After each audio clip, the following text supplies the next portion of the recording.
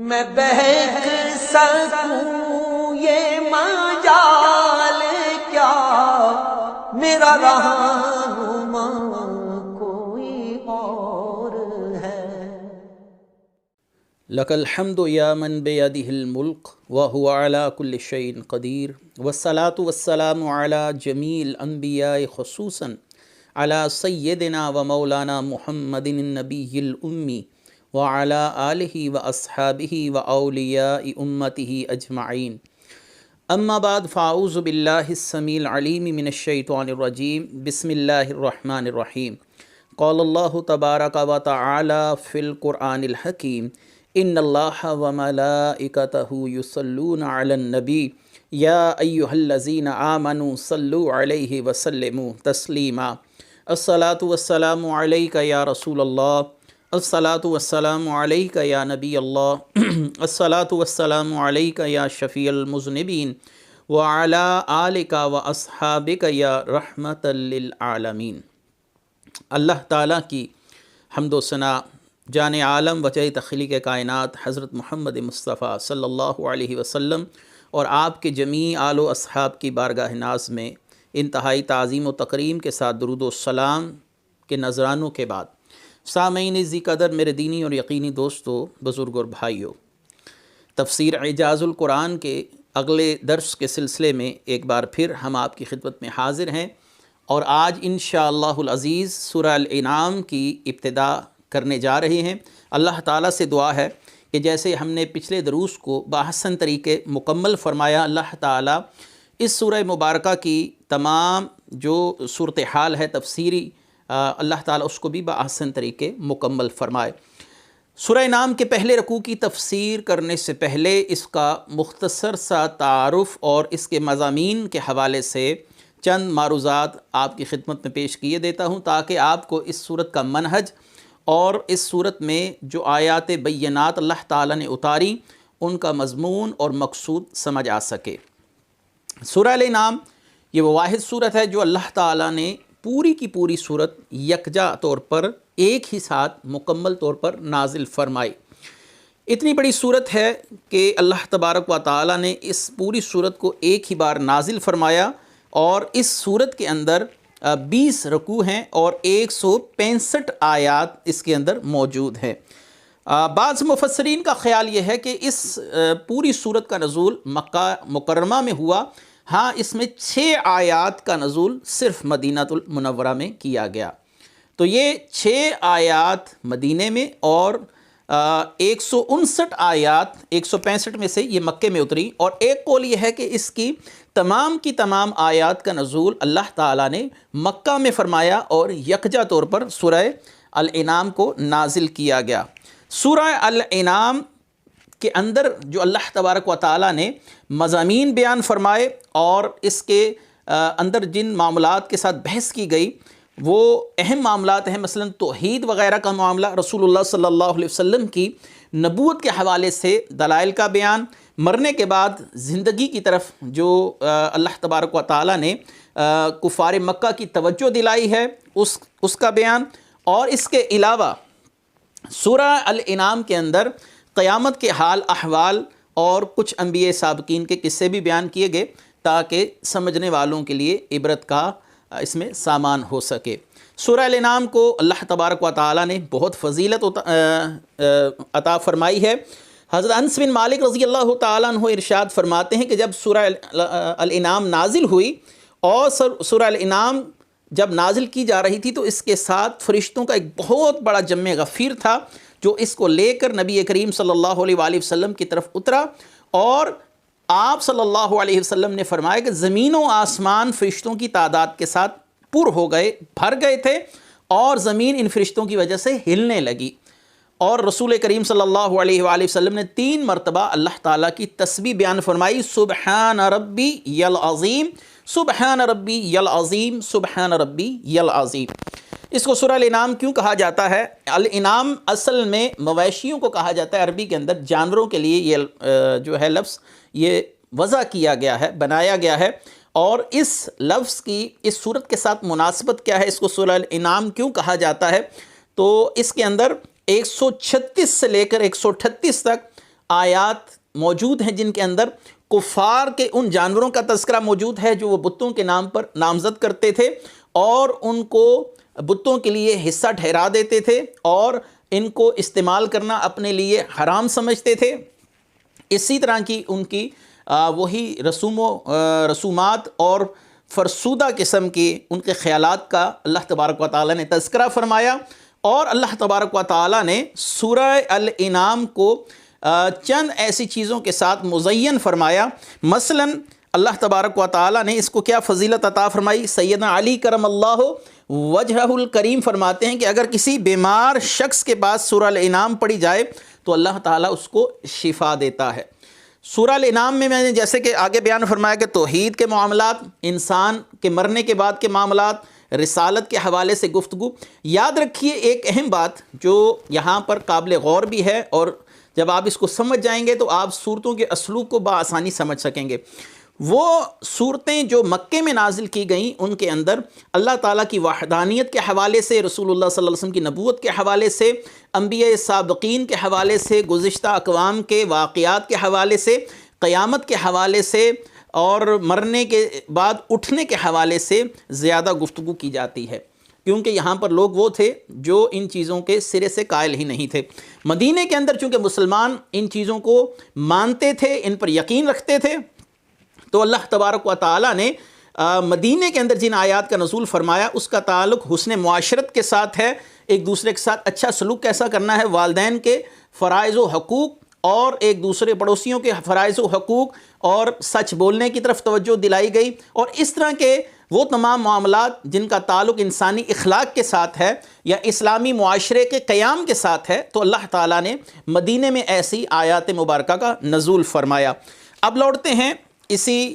تفسیر کی طرف۔ سورہ الانعام پہلا رکوع ہے، اور اللہ تبارک و تعالیٰ اس میں کیا ارشاد فرماتے ہیں؟ اللہ تعالیٰ ارشاد فرماتے ہیں الحمدللہ الذی خلق السماوات والارض وجعل الظلمات والنور ثم الذین کفروا بربہم یعدلون۔ تمام تعریفیں اللہ کے لیے ہیں جس نے آسمان اور زمین پیدا کیے اور اندھیروں اور نور کو پیدا کیا، پھر بھی کافر لوگ اپنے رب کے برابر ٹھہراتے ہیں، یعنی اپنے بتوں کو اللہ کے برابر ٹھہراتے ہیں۔ اس آیت میں اللہ تعالیٰ نے بندوں کو حمد کی تلقین فرمائی کہ جب وہ حمد کریں تو الحمدللہ کہیں، اور اللہ تعالیٰ کی تعریف بیان کرنا، اصل میں اللہ تبارک و تعالیٰ کی کبریائی بیان کرنا، یہ اللہ تبارک و تعالیٰ کا شکر بجا لانے کے مترادف ہے۔ انسان کو شکر کرنے کی ترغیب دلائی جا رہی ہے کہ جس خدا نے تیرے لیے ماں کے پیٹ سے رزق کا بندوبست کرنا شروع کیا، دنیا میں تجھے رزق دیا، تجھے چہرے کے خد و خال عطا فرمائے، بیوی بچوں جیسی نعمتیں عطا فرمائی، رزق دیتا رہا، والدین جیسی نعمتیں دیں، اور زبان جیسی قوت گویائی جیسا ایک اللہ تبارک و تعالیٰ نے تجھے ملکہ عطا فرمایا، اس آنکھ کو دیکھنے کی صلاحیت دی، تمام تعریفیں اس کے لیے ہیں جس نے اللہ تعالیٰ نے جس رب نے تجھ پر یہ احسانات فرمائے ہیں۔ حضرت کعب احبار فرماتے ہیں توریت میں سب سے پہلے یہی آیت ہے الحمدللہ الذی خلق السماوات والارض، زمین و آسمان کو تخلیق کرنے والے رب کی حمد ہے تمام کی تمام، اور اس نے اندھیروں اور نور کو پیدا کیا۔ یہاں پر نور اور اندھیرا جو لفظ استعمال ہوا یہ بڑا جامع ہے۔ یہاں سے مراد رات کا اندھیرا بھی ہو سکتا ہے، یہاں سے مراد جہالت کا اندھیرا بھی ہو سکتا ہے، جہنم کا اندھیرا بھی ہو سکتا ہے۔ یوں ہی روشنی کی اگر تفسیر کی جائے تو علم کی روشنی بھی ہو سکتی ہے، دن کی روشنی بھی ہو سکتی ہے، ہدایت کی روشنی بھی ہو سکتی ہے، ایمان کی روشنی بھی ہو سکتی ہے۔ اللہ تبارک و تعالیٰ نے پھر فرمایا کہ ثم الذین کفروا بربہم یعدلون، ان تمام نشانیوں کو دیکھ کر دن اور رات کا اپنے وقت پر آنا اور موسموں کے اندر ایک نظم و نسق رہنا، سردیوں کا اپنے وقت پر آنا، سردیوں کے پھلوں کا سردیوں میں ظاہر ہونا، گرمیوں کے پھلوں کا گرمیوں میں ظاہر ہونا، اور سورج کا اپنے مقررہ وقت پر طلوع ہونا، اپنے مقررہ وقت پر غروب ہونا، یہ تمام کے تمام واقعات صاحبان فکر و دانش کے لیے دعوت فکر کا سامان ہے۔ اللہ تبارک و تعالیٰ فرماتے ہیں جب یہ تمام نشانیاں ایک خدا وحدہ لا شریک کی ذات پر دلالت کرتی ہیں، کیونکہ اگر متعدد خدا ہوتے تو کائنات کا نظام اتنے عدل کے ساتھ، اتنے نظم و نسق کے ساتھ نہ چل رہا ہوتا، اور ایک خدا کچھ اور چاہتا، ایک خدا کچھ اور چاہتا، تو کائنات کا نظام سارا بگڑ کر رہ جاتا۔ اللہ تعالیٰ نے فرمایا زمین و آسمان کا اپنی جگہ پر ٹھہرے رہنا، ہر چیز کا اپنے محور میں گردش کرنا، تمام موسموں کو اپنے وقتوں پر آنا، اپنے وقتوں پر جانا، یہ دعوت فکر دے رہا ہے کہ اے مشرکین تم کیوں نہیں غور و فکر کرتے کہ خدا وحدہ لا شریک ہے۔ ساتھ ہی اللہ نے فرمایا ثم الذین کفروا بربہم یعدلون، کفار اپنے رب کے برابر بتوں کو ٹھہراتے ہیں۔ یہ ان کی شومی قسمت ہے، بدقسمتی ہے، ان کی مت ماری گئی کہ یہ سب کچھ نشانیاں دیکھتے ہیں، کائنات کا نظم و نسق دیکھتے ہیں، کائنات کے اندر نظام عدل دیکھتے ہیں، کائنات کے اندر ہر چیز کا توازن دیکھتے ہیں، پھر بھی اللہ تبارک و تعالیٰ کی وحدانیت کو نہیں مانتے۔ یاد رکھیے کہ اللہ تعالیٰ کی الوہیت میں کسی کو شریک ٹھہرانا، اللہ تبارک و تعالیٰ کی ربوبیت میں کسی کو شریک ٹھہرانا، یہ اصل میں شرک ہے۔ یہاں پر بعض لوگ ایک اشکال وارد کرتے ہیں، دیکھیے مشرکین بتوں کو اللہ تعالیٰ کے برابر نہیں سمجھتے تھے، صرف ان کو حاجت روا سمجھتے تھے، ان سے مدد مانگتے تھے، تو اس لیے اللہ تعالیٰ نے ان لوگوں کو مشرک کہا۔ یہ وہ مغالطہ ہے جو عام طور پر عام لوگوں کو دیا جاتا ہے، ایسا قطعاً کچھ نہیں۔ بت پرست اپنے بتوں کو اللہ کے برابر سمجھتے تھے، جیسا کہ قرآن خود کہتا ہے نُسَوِّيكُمْ بِرَبِّ الْعَالَمِينَ، قیامت کے دن وہ کیا کہیں گے؟ یا اللہ ہم اپنے بتوں کو تیرے برابر سمجھتے تھے، تیرے برابر سمجھتے تھے۔ اور اللہ تبارک و تعالیٰ نے ان کی برابری کے عقیدے کو قرآن میں خود بیان فرمایا۔ برابری کا عقیدہ کیا ہے؟ اللہ کی الوہیت میں کسی کو شریک ٹھہرانا، یعنی اللہ کا جیسے علم ہے، اللہ تعالیٰ کی جیسی قدرت ہے،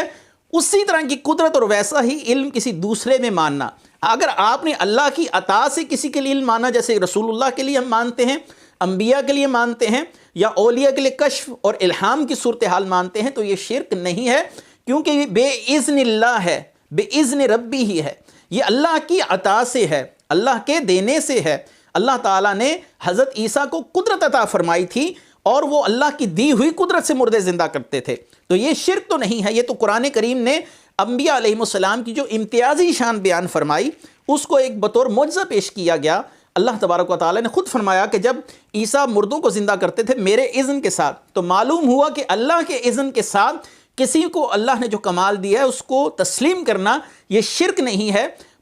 جو مشرکین تھے یہ اپنے بتوں کو اللہ کے برابر بھی سمجھتے تھے، اور ان میں انہی صفات کو تسلیم کرتے تھے جیسا کہ اللہ تعالیٰ کے لیے ہیں۔ اللہ تعالیٰ کی صفات اس کی ذات کے ساتھ قائم ہیں، اور وہ کسی کا محتاج نہیں ہے۔ یہ بتوں کو بھی اللہ کا محتاج نہیں سمجھتے تھے۔ یہ وہ شرک تھا جس کی طرف اللہ تعالیٰ نے قرآن میں اشارہ فرمایا۔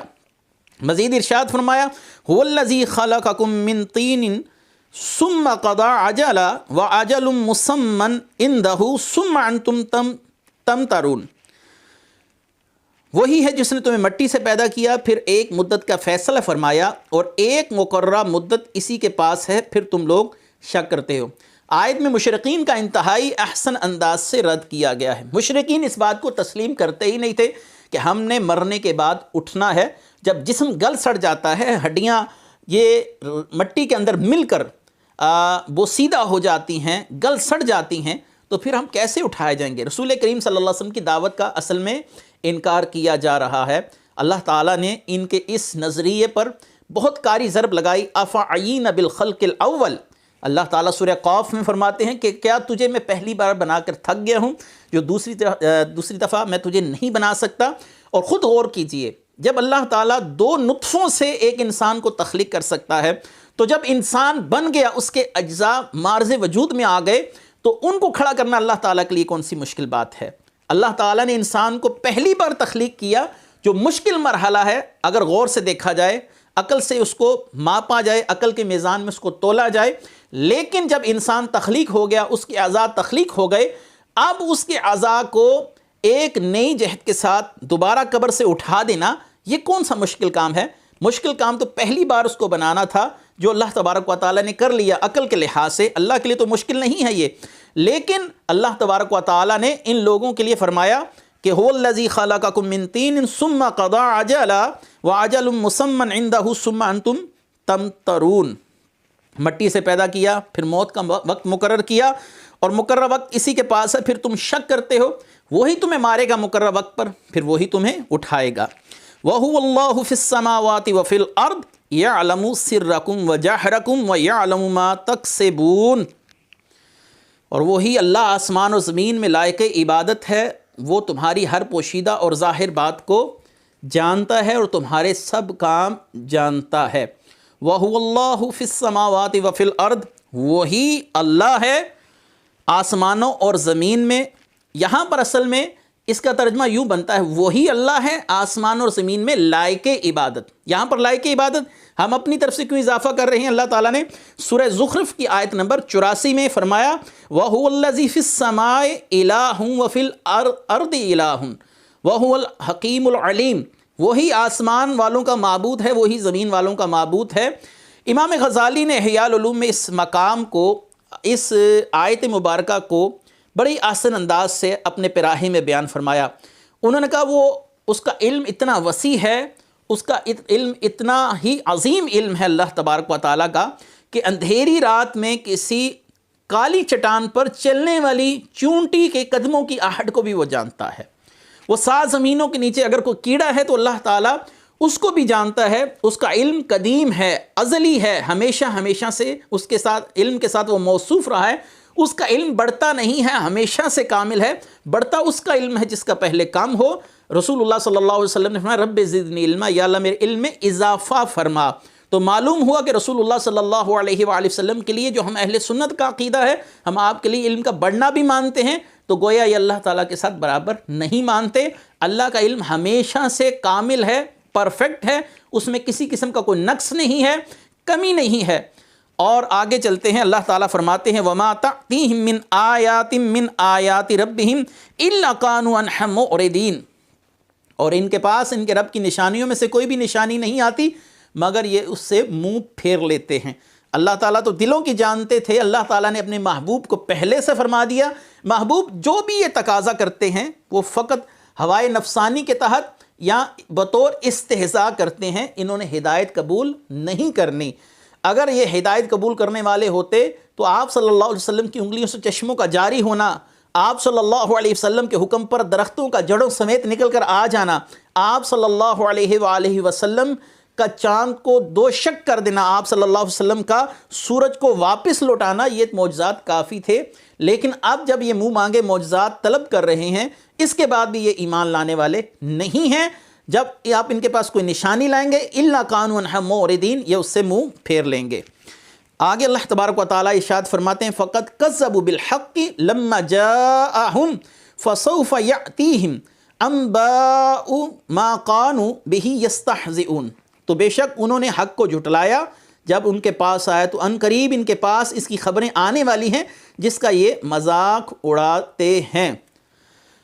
حق کو جھٹلایا یعنی قرآن مجید کی آیات کا انکار کیا، اور اے محبوب صلی اللہ علیہ وسلم جب یہ آپ پر کوئی معجزہ اللہ تبارک و تعالیٰ اتارتے ہیں یا معجزہ ظاہر کرتے ہیں تو یہ اس کا انکار کرتے ہیں، اور جو خبریں آپ ان کو دے رہے ہیں کہ قیامت کے دن اٹھایا جائے گا، میزان ہے، پل صراط ہے، اعمال کا تولے جانا ہے، اللہ کی بارگاہ میں حاضری ہے، یہ تمام چیزوں کا استہزاء انکار کرتے ہیں۔ آج تو یہ انکار کر رہے ہیں، کل ان کے پاس کوئی حجت نہیں رہے گی، اس وقت ان کے لیے ماں سوائے شرمندگی کچھ اور نہ رہے گا۔ یہ اپنی زبان حال سے کہیں گے کاش آج میں مٹی ہو جاتا۔ اللہ نے فرمایا فَسَوْفَ يَأْتِيهِمْ أَنْبَاءُ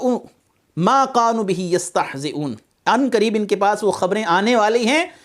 جس کا یہ انتظار کر رہے ہیں۔ اس سے مراد 2 تفسیریں ہو سکتی ہیں۔ ایک تو یہ کہ مرنے کے بعد یہ حال احوال دیکھ لیں گے، مریں گے تو اگلے جہان میں جا کر ان تمام حقیقتوں کو پا لیں گے جس کا آج انکار کر رہے ہیں، اور ایک یہ ہے کہ وہ قیامت جلد آنے والی ہے جس کا یہ انکار کرتے ہیں۔ آگے اللہ تبارک و تعالیٰ نے ارشاد فرمایا أَلَمْ يَرَوْا كَمْ أَهْلَكْنَا مِنْ قَبْلِهِمْ مِنْ قَرْنٍ مَكَّنَّهُمْ فِي الْأَرْضِ مَا لَمْ نُمَكِّنْ لَكُمْ وَأَرْسَلْنَا السَّمَاءَ عَلَيْهِمْ مِدْرَارًا وَجَعَلْنَا الْأَنْهَارَ تَجْرِي مِنْ تَحْتِهِمْ فَأَهْلَكْنَاهُمْ بِذُنُوبِهِمْ وَأَنشَأْنَا مِنْ بَعْدِهِمْ قَرْنًا آخَرِينَ، کیا انہوں نے نہیں دیکھا کہ ہم نے ان سے پہلی کتنی قوموں کو ہلاک کر دیا، انہیں ہم نے زمین میں وہ قوت اور طاقت عطا فرمائی جو تمہیں نہیں دی، اور ہم نے ان پر موسلادھار بارش بھیجی اور ان کے نیچے نہریں بہا دیں، پھر ان کے گناہوں کی وجہ سے انہیں ہلاک کر دیا، ان کے بعد دوسری قومیں پیدا کر دی۔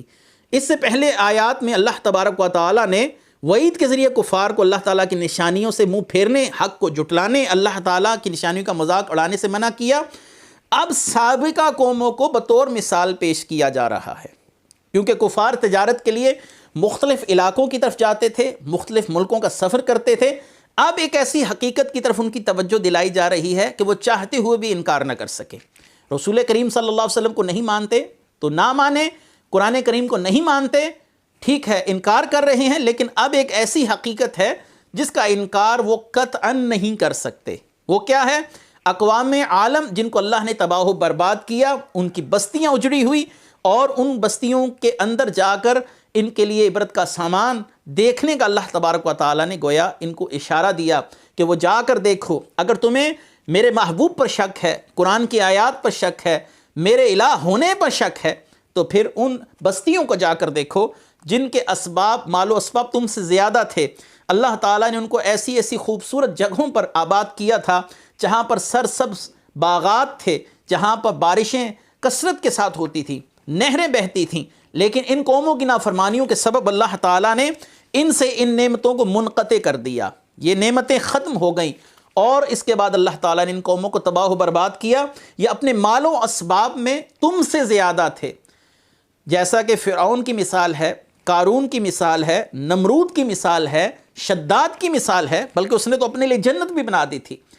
اس کا ساز و سامان تو تم سے زیادہ تھا، ان کے خزانوں کی کنجیاں اونٹوں پر رکھی جاتی تھی، یعنی ان کے پاس اتنا ساز و سامان تھا اور ان کے پاس اتنی قوت تھی کہ وہ پہاڑوں کو چیر کر غاریں بنا لیتے تھے۔ وہ تم سے قوت میں کئی زیادہ تھے، لیکن جب اللہ تعالیٰ کا عذاب آیا تو وہ اس عذاب کو برداشت نہ کر سکے۔ اور قرآن کریم نے ان قوموں میں، جیسے یمن کی قوم سبا، اور شام کے اصحاب حجر، اردن و فلسطین کے اہل صدوم وغیرہ قوموں کے واقعات تو قرآن میں بیان فرمائے ہیں کہ تمہارے لیے عبرت کے لیے یہ کافی نہیں ہے، زمین و آسمان تمہیں دعوت فکر دے رہے ہیں، تم اس سے بھی عبرت حاصل نہیں کرتے۔ رسول کریم صلی اللہ علیہ وسلم جن کو تم خود صادق امین کہتے ہو، ان کی دعوت پر بھی لبیک نہیں کرتے۔ نبی کریم صلی اللہ علیہ وسلم کے معجزات دیکھ کر بھی تم نہیں مانتے۔ اقوام عالم کو دیکھ لو جن کو اللہ نے تباہ و برباد کیا، اب بھی تم یقین اور ایمان نہ لاؤ تو یہ تمہاری شومی قسمت ہے، بدقسمتی ہے۔ اور یہ ایسے بدبخت لوگ تھے کہ جنہوں نے رسول کریم صلی اللہ علیہ وسلم کو مرتے دم تک قبول نہیں کیا۔ اللہ تعالیٰ نے کی بدبختی کا عالم کیا فرمایا؟ وَلَوْ نَزَّلْنَا عَلَيْكَ كِتَابًا فِي قِرْطَاسٍ فَلَمَسُوهُ بِأَيْدِيهِمْ لَقَالَ الَّذِينَ كَفَرُوا إِنْ هَذَا إِلَّا سِحْرٌ مُبِينٌ۔ اگر ہم کاغذ میں کچھ لکھا ہوا آپ پر اتار دیتے، پھر یہ اسے چھو لیتے، تب بھی کافر کہہ دیتے یہ تو کھلا ہوا جادو ہے۔ یہ آیت مخصوص لوگوں کے لیے نازل ہوئی، لیکن طبیعتوں کی بدبختی کی طرف واضح اشارہ دیتی ہے۔ یہ آیت اصل میں نضر بن حارث، عبداللہ بن امیہ، نوفل بن خویلد کے متعلق نازل ہوئی، جنہوں نے رسول اللہ صلی اللہ علیہ وسلم سے کہا کہ ہم اس وقت تک آپ پر ایمان نہیں لائیں گے جب تک آپ اللہ کی طرف سے کوئی کتاب نہ لائیں جس کے ساتھ 4 فرشتے ہوں اور یہ گواہی نہ دے دیں کہ یہ اللہ تعالیٰ کی طرف سے ہے۔ تو اللہ تبارک و تعالیٰ نے فرمایا محبوب یہ سب ان کی ہیلا سازیاں ہیں، اے محبوب صلی اللہ علیہ وسلم اگر یوں ہو بھی جائے تو یہ پھر بھی تم پر ایمان لانے والے نہیں ہیں، یہ فقط اور فقط حجت بازی ہے ان کی اور ہیلا بازی ہے۔ جب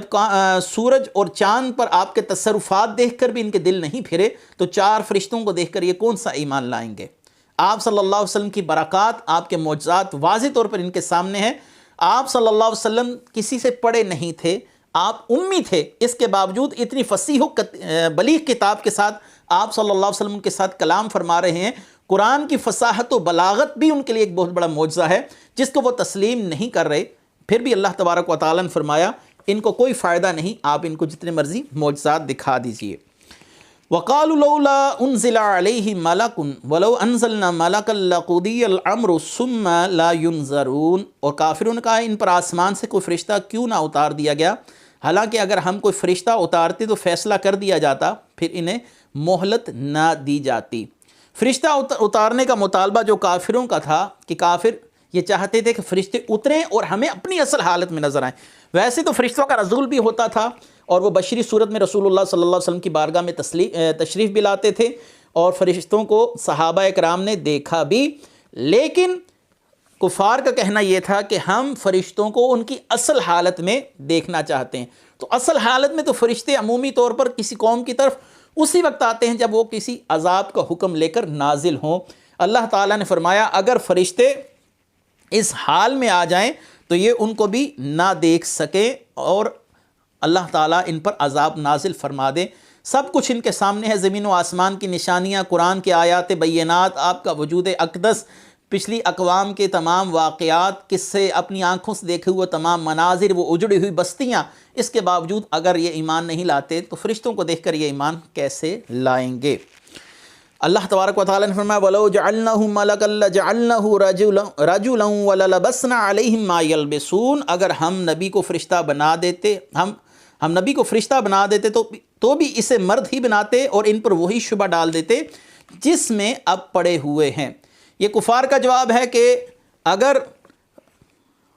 ہماری طرف اللہ تعالیٰ نے بھیجنا ہی تھا تو آپ کو کیوں بھیجا، فرشتے کو بھیجتے۔ تو اللہ تعالیٰ نے فرمایا اگر فرشتہ بھی آتا تو بشری صورت میں آتا، کیونکہ تمہیں اس سے استفادہ کرنے کے اندر پھر مشکلات کا سامنا رہتا۔ کیا آپ نے نہیں دیکھا کہ حضرت مریم کے پاس جب فرشتہ آیا تو حضرت مریم رضی اللہ تعالی عنہا کے سامنے بھی بشری صورت میں آیا تاکہ ان سے ہم کلام ہو سکے اور ان تک اللہ کا پیغام پہنچا سکے۔ اللہ تعالیٰ نے فرمایا کہ فَتَمَثَّلَ لَهَا بَشَرًا سَوِيًّا، کہ جب جبریل مریم کے پاس آئے تو بشری صورت میں ہی آئے، اور جب بشری صورت میں ہی اللہ تعالیٰ ان کو بھیج دیتا فرشتوں کو تاکہ یہ ان سے استفادہ کر سکیں، اصل صورت میں یہ ان سے استفادہ نہیں کر سکتے، وہ لطیف اجسام ہے۔ اللہ تعالیٰ نے فرمایا اسی شبے میں پڑ جاتے جس میں اب پڑے ہوئے ہیں، یعنی ان کو بھی نہ تسلیم کرتے۔ اللہ تعالیٰ نے آگے فرمایا وَلَقَدِ اسْتُهْزِئَ بِرُسُلٍ مِّن قَبْلِكَ فَحَاقَ بِالَّذِينَ سَخِرُوا مِنْهُمْ مَا كَانُوا بِهِ يَسْتَهْزِئُونَ، اور اے حبیب بے شک تم سے پہلے رسولوں کے ساتھ بھی مذاق کیا گیا، تو وہ جو ان میں سے رسولوں کا مذاق اڑاتے تھے ان پر ان کا مذاق ہی اتر آیا۔ رسول کریم صلی اللہ علیہ وسلم کو جب کفار کو دعوت دینا ہوتی تو کفار آپ پر فکرے کستے، جس سے آپ صلی اللہ علیہ وسلم کا دل رنجیدہ ہو جاتا، اور اللہ تبارک و تعالیٰ نے رسول کریم کو تسلی دی ہے یہ کفار کی اور بدبختوں کی سنت جاریہ ہے، شروع سے ہے، ان کا طریقہ ہے کہ جب بھی کوئی نبی آیا یہ سب کچھ دیکھ کر بھی اس پر ایمان نہیں لائے۔ رسول کریم صلی اللہ علیہ وسلم کی دلجوئی فرمائی جا رہی ہے کہ آپ پریشان نہ ہو، اللہ تبارک و تعالیٰ کی انبیاء علیہم السلام ان آزمائشوں سے گزرتے رہے ہیں۔ رسول کریم صلی اللہ علیہ وسلم کو عاص بن وائل سہمی، اسود بن مطلب، اسود بن عبد یغوث، حارث بن قیس اور ان سب کا جو سرغنہ تھا ولید بن مغیرہ مخزومی، یہ تمام کے تمام لوگ تنگ کرنے میں پیش تھے۔ سب سے آگے تو یہ لوگ تھے، نبی کریم صلی اللہ علیہ وآلہ وسلم کو یہ لوگ تنگ کرتے تھے۔ اللہ تعالیٰ نے ان پر کیسا عذاب نازل فرمایا، عاص بن وائل کے پاؤں میں کانٹا لگا اور نظر نہ آیا، اس سے اس کا پاؤں ورم کر گیا، سوج گیا، اور یہ شخص اس سوجن کی وجہ سے مر گیا۔ اسود بن مطلب کی آنکھوں میں ایسا درد ہوا کہ دیواروں سے سر مارتا اور کہتا مجھے محمد کے رب نے مار ڈالا۔ اسود بن عبد یغوث کو ایک بیماری استسقاء لگ گئی، اور کلبی کی روایت میں ہے کہ اس کو لو لگی اور اس کا منہ اس قدر کالا ہو گیا کہ اس کے گھر والوں نے اسے گھر گھسنے پر ہی پابندی لگا دی، اور اس حال میں ہی یہ بھی چیختا پکارتا ہوا مر گیا۔ حارث بن قیس کے ناک سے اللہ نے خون اور پیپ جاری کر دی، وہ اس حال میں مر گیا۔ رسول کریم صلی اللہ علیہ وسلم کو اللہ تعالیٰ نے اس آیت میں تسلی بھی دی ہے، اور اس آیت کے تحت ایک پیغام بھی ہے کہ محبوب آپ پریشان نہ ہو، آپ کا استہزاء کرنے والوں سے اللہ تعالیٰ خود نپٹ لے گا۔ اللہ تعالیٰ اپنے محبوبوں کی وفاداری میں زندگی عطا کرنے کی توفیق مرحمت فرمائے۔ یاد رکھیے اس آیت مبارکہ پر میں نے زیادہ تفصیل کے ساتھ کلام نہیں کیا کیونکہ وقت مختصر ہوتا ہے، ان میں بہت سے اور بھی معاملات ہیں۔ اللہ تعالیٰ نے ایک جگہ پہ اس آیت کے پچھلی آیت میں اللہ تعالیٰ نے فرمایا کہ اگر ہم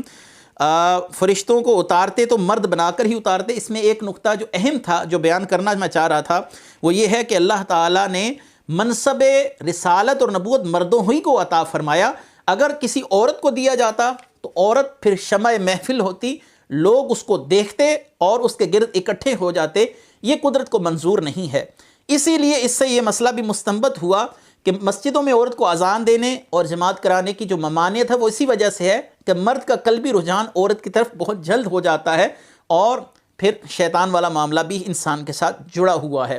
تو عورتوں میں اللہ تعالیٰ نے کسی کو نبوت نہیں دی ہے، یہ بھی اس آیت کے ضمناً ایک میں نے بات عرض کر دی۔ باقی انشاءاللہ العزیز اگلے رکوع کے ساتھ پھر حاضر ہوں گے۔ وآخر دعوانا ان الحمدللہ رب العالمین۔ میں بہک سکوں یہ مجال کیا میرا میرا رہا